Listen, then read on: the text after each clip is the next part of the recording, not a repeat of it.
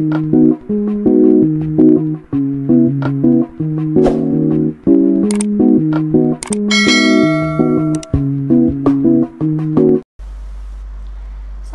warahmatullahi wabarakatuh. Hai semuanya, perkenalkan nama saya Dita Puspita Maharani dari UIN Suska Riau, jurusan Ilmu Komunikasi PR3G. Di sini saya ingin menjelaskan tentang bagaimana caranya menjadi komunikator yang persuasif.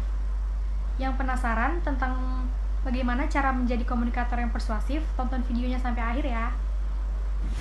Sebelumnya saya ingin menjelaskan apa itu yang dimaksud dengan komunikator. Komunikator adalah pihak yang bertindak sebagai pengirim pesan kepada komunikan dalam sebuah proses komunikasi. Dengan kata lain, komunikator merupakan seseorang atau sekelompok orang yang berinisiatif untuk menjadi sumber dalam sebuah hubungan komunikator. Memiliki andil besar dalam keberhasilan suatu metode, termasuk metode komunikasi persuasif ini. Dituntut untuk mengetahui dan mengaplikasikan tindak tutur yang sesuai dengan pesan. Pada dasarnya, tindak tutur merupakan suatu perilaku, sehingga pada akhirnya, tuturan dapat sejalan dengan tindakan yang kemudian diberi nama sebagai tindak tutur.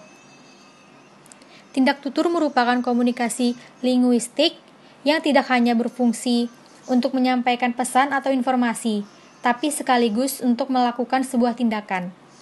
Untuk terjadinya suatu tindakan tersebut, diperlukan adanya motivasi dalam bentuk persuasif. Seperti yang disampaikan oleh Waruhu pada penelitiannya yang menyatakan bahwa motivasi terdapat dari dalam diri manusia yang dapat muncul karena adanya dorongan dari unsur luar. Komunikasi persuasif dalam tindak tutur asertif. Tindak tutur asertif merupakan tindak tutur yang digunakan untuk mengekspresikan sesuatu dalam bentuk pernyataan, pemberitahuan, saran, pujian, keluhan, tuntutan maupun laporan. Sebagai contoh, adapun komunikasi persuasif dalam tindak tutur asertif yang digunakan untuk memotivasi warga untuk berwirausaha dapat dilihat sebagai berikut. Komunikan. Kami merasa sangat sulit dan terkendala dalam banyak hal, apalagi untuk bisa memulai suatu usaha. Komunikator. Memulai sebuah usaha memang sangat sulit pada awalnya. Apalagi pada masa pandemi ini ketika banyak orang kehilangan pekerjaan, berwirausaha merupakan jalan keluar satu-satunya untuk seseorang mengolah penghasilan. Jadi kita harus bersama-sama mencari jalan keluar usaha atau bisnis apa yang sesuai untuk kita jalankan.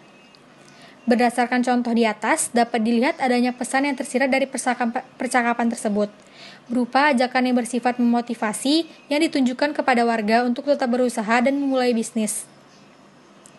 Dengan menyatakan bahwa berwirausaha merupakan pilihan satu-satunya dalam kondisi saat ini, maka warga akan memiliki sudut pandang yang baru. Pernyataan merupakan salah satu bentuk tindak tutur asertif. Dalam komunikasi persuasif yang terjadi antara komunikan dan komunikator juga disisipkan oleh komunikator. Ajakan untuk bersama-sama mencari solusi dari permasalahan atau kendala yang dihadapi warga. Komunikasi persuasif dalam tindak tutur direktif. Apa yang dimaksud dengan tindak tutur direktif adalah sebuah pola tuturan yang dapat menimbulkan tindakan timbal balik dari lawan bicara, misalnya dalam bentuk permintaan, permohonan, saran, anjuran, dan nasihat. Adapun contoh komunikasi persuasif dalam tindak tutur direktif yang digunakan untuk memotivasi warga untuk berwirausaha dapat dilihat sebagai berikut. Komunikator. Bapak atau Ibu jangan merasa pesimis dulu. Besok mari kita adakan pelatihan membuat dagangan berupa jajanan pasar dan kue bolu yang bisa dijadikan ide untuk berwirausaha dan dapat dipasarkan secara online. Latihan bagaimana cara memasarkannya secara online pun tentu saja akan kami ajarkan, asal Bapak atau Ibu bersedia untuk hadir besok di lapangan desa. Komunikan. Baiklah, terima kasih kalau begitu. Saya bersedia untuk mencoba, asalkan memang benar akan dibantu bagaimana caranya itu berbisnis lewat online. Dalam percakapan di atas, komunikasi persuasif dalam bentuk tindak tutur direktif yang dijabarkan dalam kalimat mampu menghasilkan timbal balik dari warga. Ajakan dalam bentuk permintaan dan kesediaan warga untuk hadir memperoleh tanggapan positif, sehingga bentuk komunikasi persuasif tersebut dapat dikatakan berjalan dengan lancar dan efektif. Motivasi yang diberikan dengan menjanjikan pelatihan juga mampu membangun keinginan warga untuk mencoba menjalankan bisnis berupa usaha jajanan pasar dan kue bolu. Berikut saya ingin menjelaskan beberapa cara untuk meningkatkan komunikasi persuasif. Yang pertama, kenali dirimu sendiri. Yang perlu diperhatikan juga dalam melakukan komunikasi persuasif adalah mengenali diri sendiri dan menyadari bagaimana level kemampuan yang kamu miliki. Secara garis besar, ada 3 kategori dalam konteks kemampuan, yaitu profesional, kepemimpinan, dan eksekutif. Perbedaan ketiganya terletak pada apa yang kamu komunikasikan kepada audiens.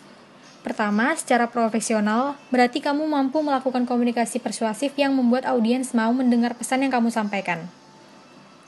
Kedua, jujur, lepas dari stereotip negatif. Terlepas dari apapun yang kamu tawarkan, coba selalu jujur dengan apa yang kamu katakan pada saat melakukan komunikasi persuasif.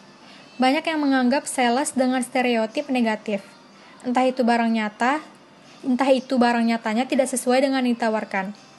Benefit tidak sebanyak yang ditawarkan, dan lain sebagainya. Sebisa mungkin, jelaskan apa yang kamu tawarkan dengan baik, serta apa saja keunggulan sebenarnya. Yang ketiga, yaitu fokus bagaimana membantu orang lain. Pada saat mencoba komunikasi persuasif, fokus pada melihat apa kebutuhan seseorang dan membantu mereka melengkapi hal tersebut. Fokusmu sebelumnya yang tertuju kepada bagaimana cara mereka mengikutimu, coba dihilangkan. Lihat apa tujuan dan kebutuhan orang tersebut, serta bagaimana hal yang kamu tawarkan bisa membantu mereka. Misalnya, kamu sedang mencoba mempersuasi mereka untuk mengikuti sebuah seminar keuangan. Yang keempat, miliki konteks yang berbobot. Tawarkan juga konteks dari apa yang kamu komunikasikan. Jelaskan sedetail-detailnya agar lebih meyakinkan orang lain atau audiensmu. Misalnya hal-hal rinci, hasil penelitian, pendapat ahli atau tokoh tertentu, dan sebagainya. Terkait apa yang kamu tawarkan, pasti apa yang kamu jual itu berbobot dan tidak bisa dianggap enteng. Jadi orang-orang pun bisa lebih tertarik, dan komunikasi persuasif yang kamu lakukan bisa menarik lebih banyak orang. Yang terakhir, yaitu perubahan apa yang diinginkan. Sebelum lebih lanjut menawarkan ini dan itu kepada targetmu, coba pikirkan dulu sikap apa yang kamu harapkan. Pikirkan perubahan apa yang kamu inginkan dari orang tersebut. Apakah kamu ingin dia mendapatkan pemikiran baru, atau ingin dia melakukan suatu tindakan tertentu dan membeli sesuatu.